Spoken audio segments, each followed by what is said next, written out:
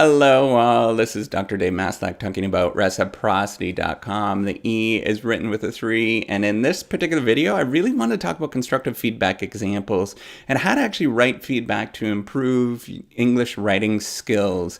I think this is a really important thing to talk about. There's lots of different topics that we can talk about.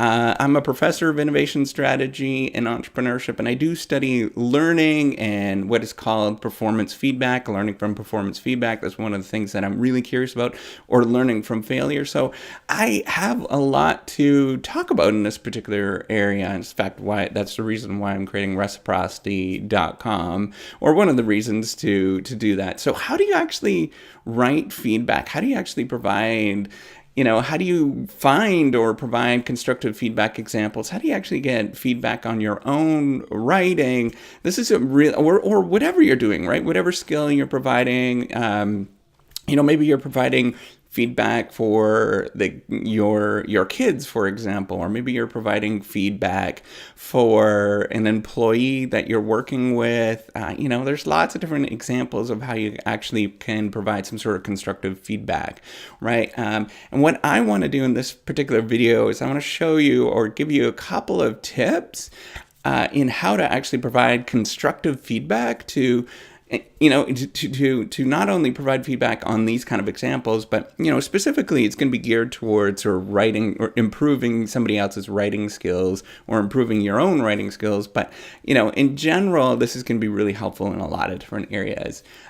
So what is constructive feedback? Well, constructive feedback is providing some sort of information to correct somebody's behavior and have that feedback actually correct the behavior in the long run, right? So you want to have some sort of positive correction in behavior, however that is. And now, so what's important here, what you're trying to do is sort of model your behavior after reinforcement learning. Reinforcement learning is the sort of science and understanding of how we improve over time. It's been used in a lot of different fields, and I'll get into exactly what I mean, but it's been used in like computer science. In fact, that's the basis for most machine learning algorithms. It's been used in my field in organizational theory and understanding how organizations improve. It comes from psychology in terms of understanding animal psychology, for example, how animals improve. You've heard of Pavlov's dog or Pavlov's law. It's been used in sort of psychology and understanding child behavior, as well as understanding sort of human behavior as a whole, and it kind of went out of favor for a number of different years. It was really important to sort of the field of psychology, but then it went out of favor for a few years, and now it's coming really back into things because it's being used in a lot of different areas, and it's actually working in a lot of different areas. So what is reinforcement learning? It is really pretty simple, right? So you have particular actions that you would like to improve, and the actions, what you want to do is provide some sort of disincentive or extinguish the actions that lead to poor outcomes and provide some sort of incentives or help the actions that are going to lead to positive outcomes in the long run, right? And what this does, if you can think about it, if you're sort of, minimizing the actions that lead to positive outcomes, then that is going to, or that lead to negative outcomes, that's going to actually improve performance. But as you sort of maximize the outcomes that lead to, or actions that lead to positive outcomes, that's going to sort of increase performance all the more. And that's really what you're trying to do when you provide sort of constructive feedback and constructive feedback examples of some sort, right? Is you're trying to sort of get the behavior in somebody else. You're trying to teach somebody else how to actually improve their behavior and improve their actions in the long run, right? You're trying to improve their outcomes.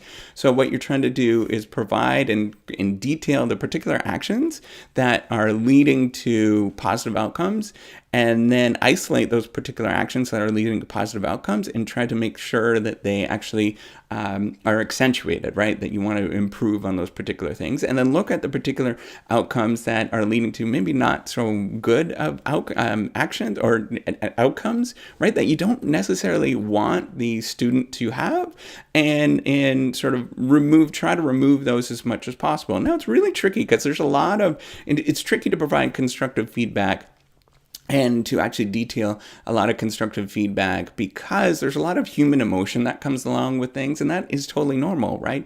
Any sort of negative feedback sort of brings up negative feelings that you are like inadequate, you have anxiety, that there's lots of different things, but as well is any sort of feedback requires you as the learner, requires you to actually think that, I got to make an investment. I actually have to provide a little bit of more work, and expend more energy to actually improve what I'm doing. And that expending the energy, that's a really hard thing for us to do. As human beings, we like to be lazy. That's totally normal and rational, right? We want to be as lazy as possible. That's how we actually get a lot of things done. So we don't want to expend that energy to improve what we're doing. And so if we're getting the cue that we have to improve what we're doing, that particular action that we're getting needs to be improved, and we have to keep working at it, we're going to get negative reactions to that. We're going to not feel all that good to it, because that means we have to expend more energy in the future, right? And that's totally normal when you experience any sort of reinforcement.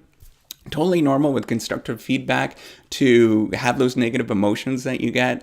I get them all the time, right?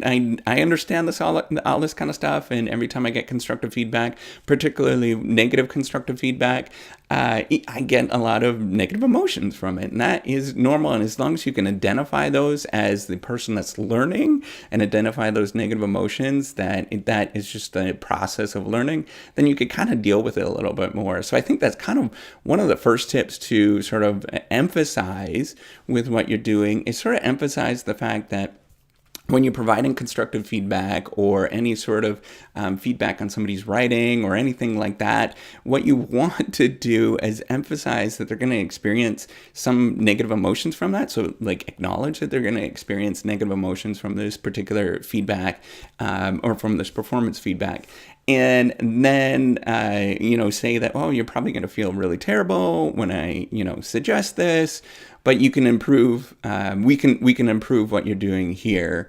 And this is why, right? So that is one sort of thing, is just acknowledging that there's these negative emotions, and then emphasize the fact that is kind of a separate thing. And that's part of the process, that, just acknowledging that, you're feeling terrible. I'm sure you're feeling really terrible here because this is going to require a lot more work, but you have to appreciate what you're doing is actually a really wonderful thing. And emphasizing just those kind of things, that there is this emotional component to it, as well as sort of the performative or the actions that you're doing, that's going to get you a long ways in terms of buy-in. And as well as the other thing that you can emphasize, that you go through those experiences, right? If you're trying to provide constructive feedback to somebody else, you could say, I've gone through the exact same experiences. I feel really negative when I get this kind of stuff. I know that I'm gonna, get down in the dumps and all that kind of stuff, and that's totally normal.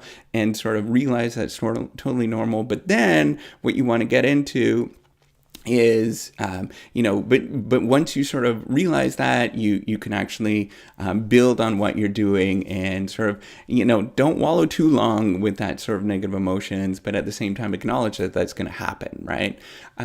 So how do you actually provide, constructive feedback? How do you get these, what are some constructive feedback examples in terms of improving somebody's performance? If you're trying to teach somebody, teach them improve their writing skills, for example, the first thing is, and anybody that has gone to Toastmasters, for example, they have a really great sort of way of thinking about this. What you want to do is kind of do like a pro sort of logic, right? So you always want to provide a lot of positive feedback, right? That you're always providing a lot of positive feedback. And then once in a while you add some sort of negative feedback in it, but then you want to give mostly positive feedback and mostly constructive sort of positive feedback to that particular person, right? So the goal here is to acknowledge that it is an emotional process. And the emotions that you feel are totally normal for the learner, that they're going to go through this. So if you give too much negative feedback and too much sort of negative constructive feedback, that it is going to sort of harm their ability to learn, because they're just kind of being beaten down, and they're not going to get that feedback that is going to improve somebody's writing skills or somebody's English writing skills, right? So what you want to do is encourage them to pay attention by being as positive as possible.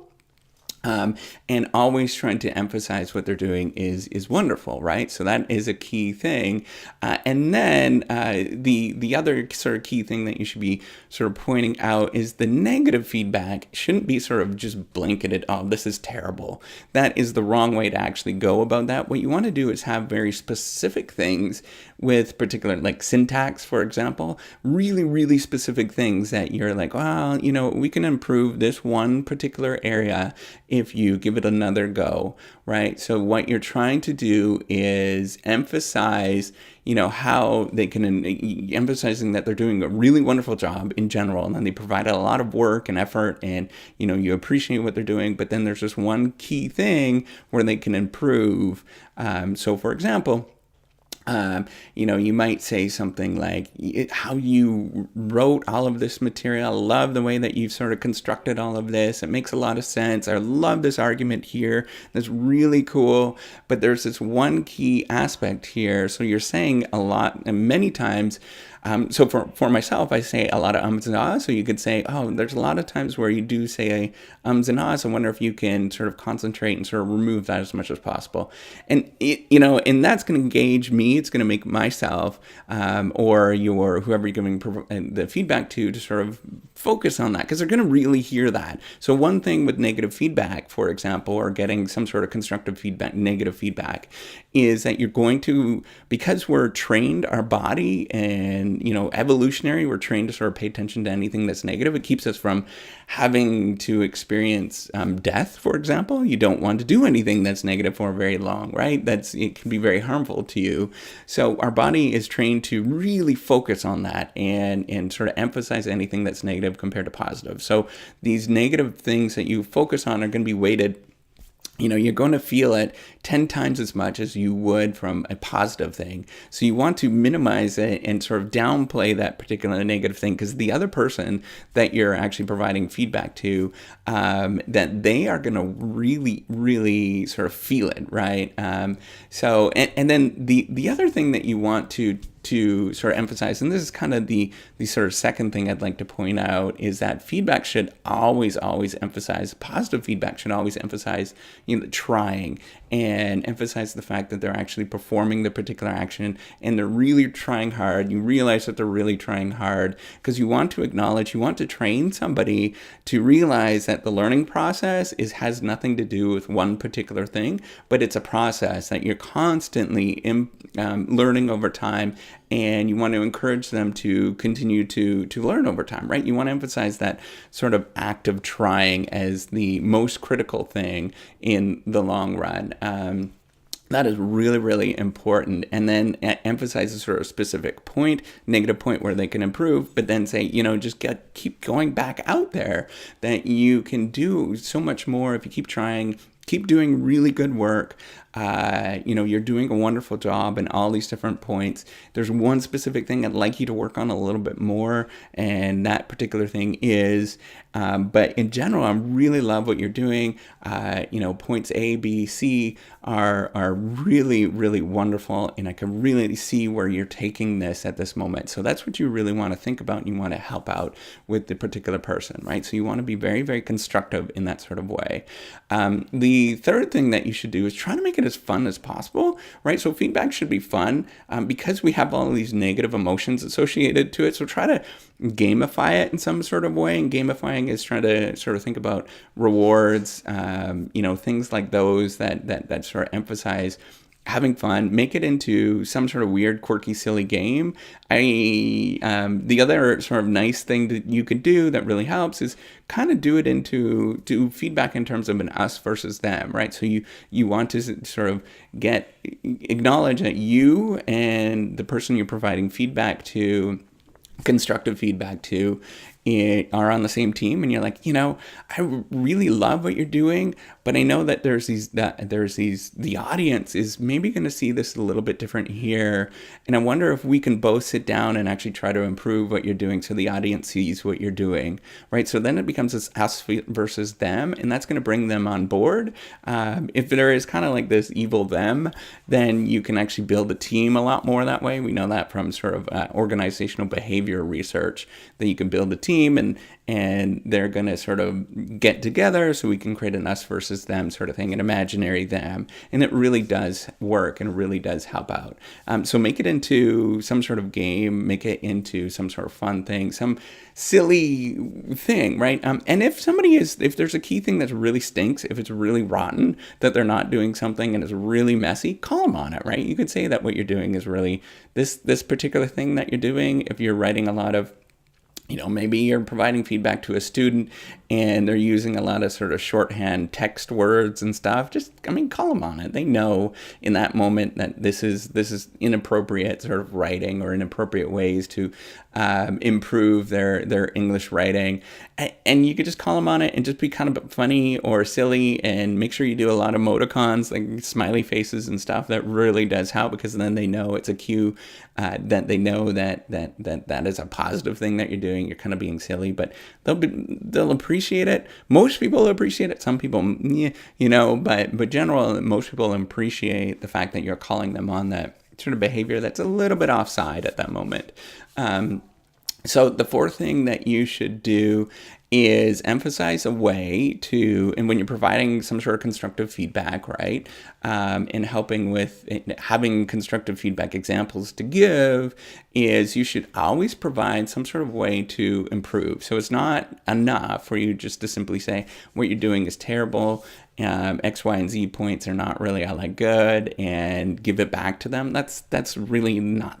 That's not going to work, right? That's not going to fly. That doesn't really help anybody in any sort of way. What people need and what a learner needs is particularly when they're improving on their writing skills, their English writing skills, for example, when you're talking to students and you want to give sort of feedback to students, any sort of, maybe it's employees, for example, what they need is not just the fact of what you're doing is wrong, but what they need is what you're doing. I don't like what you're doing so much, but this, if I was you, this is the way that I would improve it with X, Y, and Z points, right? So it's asking you to go above and beyond of what normally people provide with feedback, and then really helping them out and saying, there's these points right here that are not clear, but if I was you, I'd actually phrase it like this, or I would look at these kind of literatures and ideas over here, because this is going to really strengthen your argument all the much more. And that's a really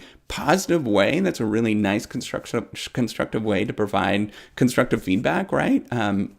That you are helping them out and they can see a way forward. A lot of the negative emotions that you feel when you get negative feedback is simply because you feel helplessness, right?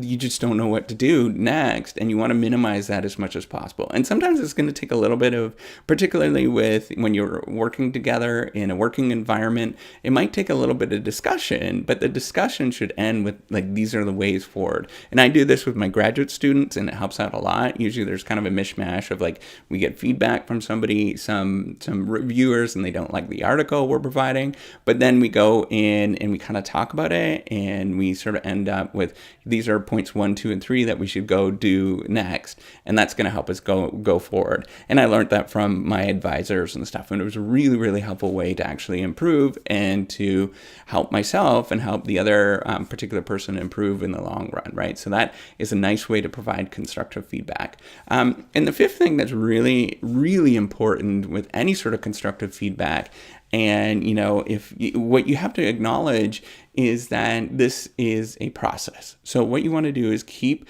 trying to provide constructive feedback as much as possible. You want to emphasize the fact that writing or learning a particular skill is a sort of long-term journey. So you're going to realize, you say, for example, somebody's learning the guitar, right?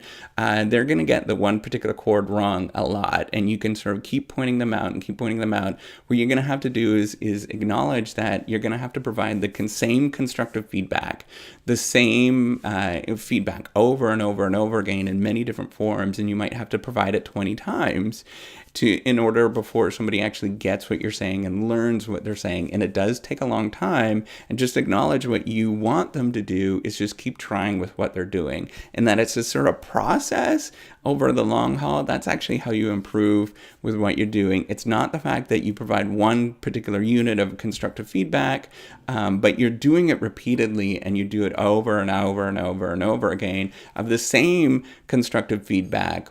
The same, you're providing many different examples, lots of different constructive feedback examples with what, with that can help them out, right? So you want to truly try to help them in the long run by, emphasizing the key thing. And sometimes that's what I'll do. And that's what I'll do with my, with my kids, for example, or with a student. I'll know that they're weak on one particular thing, and then I'll pick that one particular thing and just keep working on that one particular thing, because I know, based on the 80-20 rule, right, that one thing is going to gain much more benefits by focusing on that one particular thing than if you focus on many different things. So the feedback should be really kind of focused, and it should be sort of repetitive over time. And you don't want to do that so much that they just get bored of the feedback that you're giving and they start to tune you out. But provide it in different ways, or emphasize that in different ways, and that's going to help you out in a lot of it's going to really help you out. And then emphasize the fact that once they sort of get it, and they get sort of one kind of unique thing with what you're doing, that is amazing, and you acknowledge how much work it took and all that kind of stuff. And as a person that's giving some sort of constructive feedback, particularly if you're trying to improve somebody's writing skills or any particular skill, just acknowledge that it is really hard as the teacher, right? So I'm going to sort of give you some grace with it as being a teacher and trying to help somebody, is that it is a really hard thing to do, and you're going to get frustrated. You're going to get very, very frustrated with what you're doing, and that is a totally normal process. It's a totally normal feeling that you actually get, and so don't worry about that. Acknowledge it. Sometimes you just might want to tell the learner or whoever you're working with or providing feedback to is I'm really frustrated with what is going on, and acknowledge that you're building this relationship, that there is this frustration going on. And that's going to benefit everybody, right? Just kind of being open and honest with that kind of those feelings, rather than just getting angry. Just acknowledge that, I feel really frustrated at this moment. I don't know what to do. How can I actually help you? Is there some sort of thing that I can do as the teacher to help you move forward? What am I missing at this moment? So with that, hopefully you like it. Go check out what I'm doing with the Reciprocity Project. I'm trying to be as helpful and honest and open as possible with it, and as well as make sure you watch some of the other videos. Give me a thumbs up on this one. I do appreciate it. It's really nice of you to do. So with that, I appreciate everything that you're doing, and take care and have a wonderful day. Bye.